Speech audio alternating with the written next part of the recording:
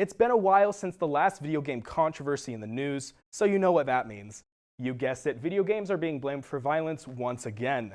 Representative Marcus Evans in Chicago proposed to amend a 2012 bill that would make violent video games banned altogether in the city. Evans' reasoning for this amendment? Vehicle jacking in the city, which, as we all know, carjacking has never happened until the first Grand Theft Auto game released in late 1997. The video game industry continues to receive scrutiny much more harshly than other forms of media, even as numerous studies have released detailing how the correlation between violence and video games are unrelated.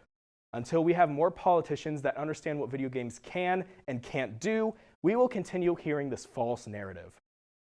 In much happier video game news, a recent study details how researchers from Purdue University were able to teach pigs how to control video games by controlling the joystick with their snouts.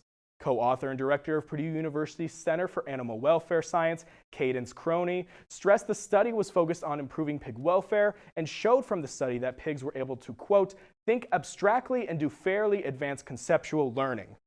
See, Mom, I told you video games weren't just a waste of time. With the president's new planned China policy, the focus seems to be on technology, specifically in regards to the global shortages of microchips and tech supply chains. Starting first with microchips, the pandemic has slowed production worldwide. From Bloomberg, a global shortage of chips due in part to stockpiling by China and a surge in demand during the pandemic has forced some American automakers to shutter plants and expose weakness in U.S. supply chains.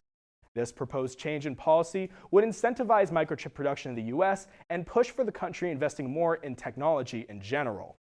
With supply chains, Biden is wanting to reduce the U.S.'s dependence on foreign countries for semiconductors and other forms of power sources via executive order.